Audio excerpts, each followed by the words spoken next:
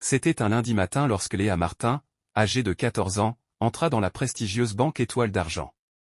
Vêtue de son uniforme scolaire, un blazer sobre, une jupe et des mocassins, elle ressentait un mélange de nervosité et de fierté.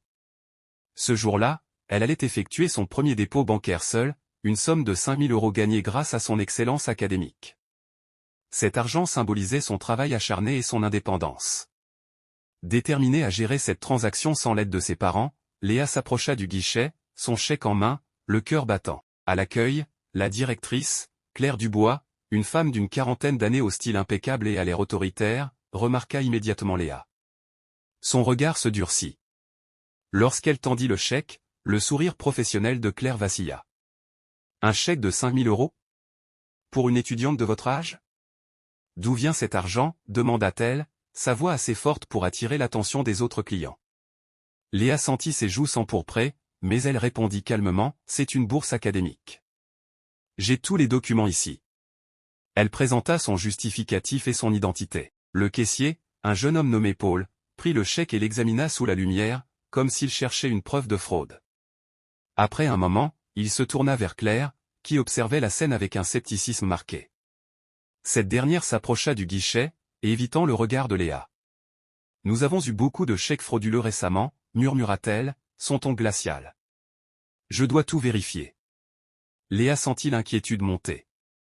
Elle s'attendait à une simple formalité, mais on la traitait comme une suspecte. Elle fouilla dans son sac, réalisant qu'elle avait oublié son téléphone à l'école. « J'ai besoin d'appeler ma mère, » dit-elle, la voix tremblante. « Elle m'attend bientôt à la maison. » Claire la coupa net, « Ce n'est pas notre problème.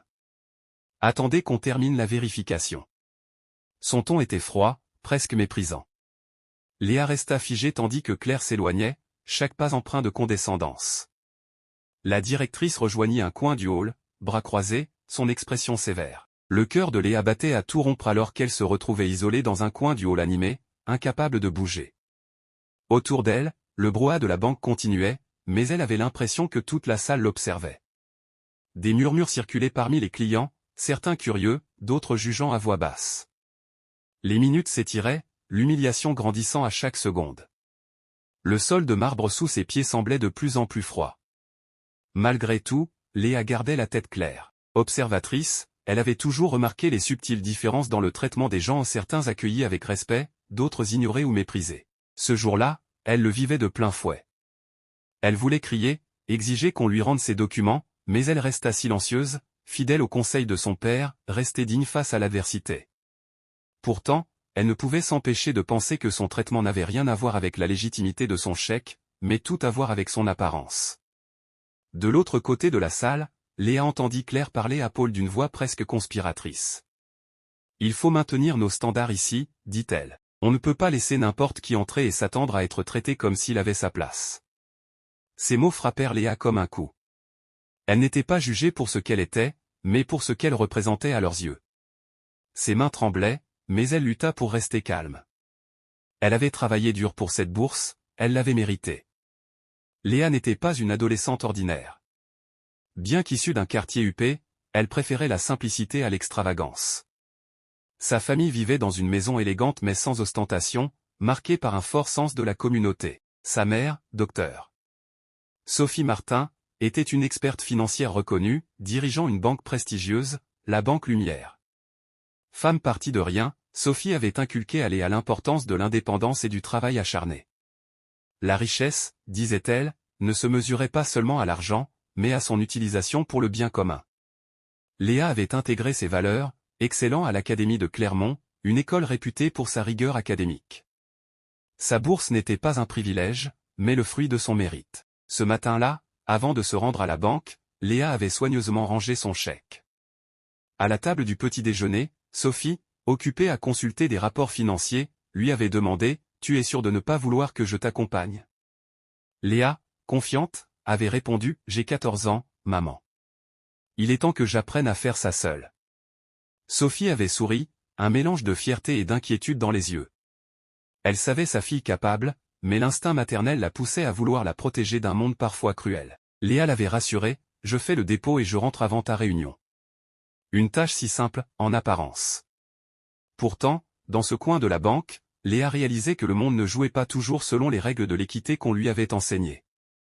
Elle avait grandi à l'abri de la discrimination, mais ce jour-là, elle en faisait l'expérience. Son apparence, sa jeunesse, et peut-être sa couleur de peau étaient des facteurs dans la manière dont on la traitait. Les minutes s'égrenaient, son anxiété croissait. Pourquoi la laissait-on attendre ainsi, pour un simple dépôt? Elle devait appeler sa mère, mais on le lui avait interdit. Les clients allaient et venaient, mais personne ne lui adressait la parole. Elle se sentait invisible, réduite à une source de jugement silencieux. Elle remarqua le traitement préférentiel accordé à certains clients. Un couple âgé fut accueilli chaleureusement par Claire, escorté vers une zone VIP. Un homme à l'accent marqué fut expédié avec indifférence, tandis qu'un couple blanc reçut un service rapide et courtois. Léa comprit qu'il ne s'agissait pas d'une simple erreur, mais d'un parti pris systématique. Soudain, Claire s'adressa à un gardien de sécurité près de Léa, « Gardez un œil sur elle. Assurez-vous qu'elle ne parte pas », le cœur de Léa s'emballa. Elle voulait protester, mais se concentra sur sa respiration, refusant de céder à la panique.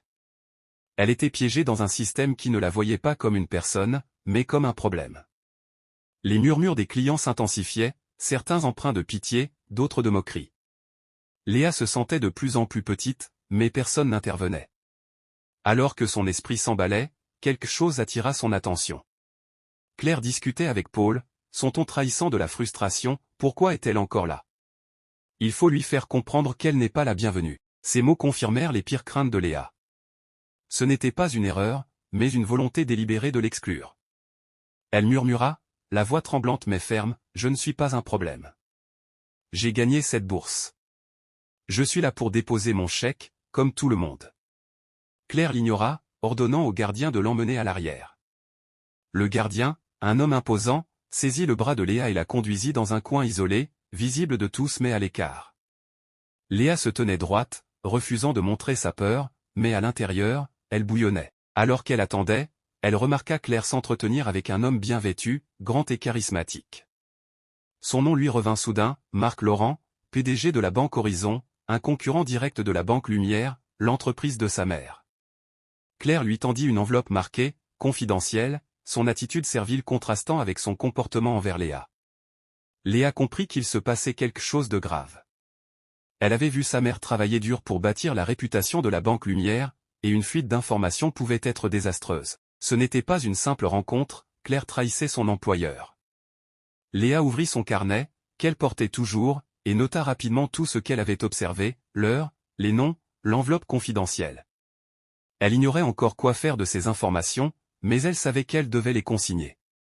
Lorsque Marc Laurent quitta la banque, Claire se tourna vers Léa, son regard perçant, comme si elle savait qu'elle avait été vue. Léa serra son crayon, déterminée. Elle n'était plus une simple adolescente venue déposer un chèque, elle avait découvert une injustice plus grande, impliquant sa famille et l'entreprise de sa mère. Elle ne pouvait pas rester passive. Soudain, les portes de la banque s'ouvrirent, et Sophie Martin entra. Sa présence imposante fit taire le hall. Claire, surprise, l'accueillit avec une politesse feinte, « Madame Martin, je ne vous attendais pas. Comment puis-je vous aider ?» Mais Sophie ignora ces mots, son regard se posant sur Léa, isolée dans son coin. Une lueur d'angoisse traversa son visage, vite masquée par une détermination froide. « Léa, tu vas bien ?» demanda-t-elle, sa voix empreinte d'inquiétude. Léa hocha la tête, luttant pour contenir ses émotions. « Je vais bien, maman, mais il y a quelque chose que tu dois savoir. » Elle tendit son carnet et relata tout, le traitement discriminatoire, l'indifférence de Claire, et surtout, la conversation avec Marc Laurent et l'enveloppe confidentielle. Sophie écouta, son visage s'assombrissant à chaque mot. Se tournant vers Claire, elle déclara, d'un ton glacial, « Madame Dubois, vous devez des excuses à ma fille, et une explication. » Claire bafouilla, mais Sophie la coupa, « Je sais ce que vous faites. Vous conspirez avec Marc Laurent, transmettant des informations confidentielles à un concurrent. Ce n'est pas juste un mauvais service, c'est de l'espionnage. » La banque entière se tut. Claire, décomposée, tenta de se défendre, mais Sophie ne lui laissa aucune chance. « Vous êtes renvoyée, Madame Dubois », annonça-t-elle. La sécurité escorta Claire hors de la banque, son arrogance brisée. Sophie s'adressa alors à l'Assemblée, « Cette institution va subir une révision complète. Nous mettrons en place des mesures pour garantir que personne ne soit traité comme ma fille l'a été aujourd'hui. Le silence était total. Léa sentit son cœur s'apaiser en voyant sa mère prendre le contrôle. Les mois suivants, une enquête révéla les agissements de Claire, non seulement son sabotage, mais aussi un schéma de discrimination. La direction de la banque fut remaniée, et un programme de formation sur l'équité fut instauré. Camille Lemoine, une jeune caissière qui avait montré de la compassion envers Léa, fut promue gestionnaire. L'expérience de Léa devint un tournant. Invitée à parler à l'Académie de Clermont, elle partagea son histoire, plaidant pour l'égalité et la littératie financière. Debout devant ses pairs, elle souriait, transformant son humiliation en une plateforme pour le changement. Grâce à l'exemple de sa mère, Léa avait appris qu'envers et contre l'injustice, il était possible de faire une différence.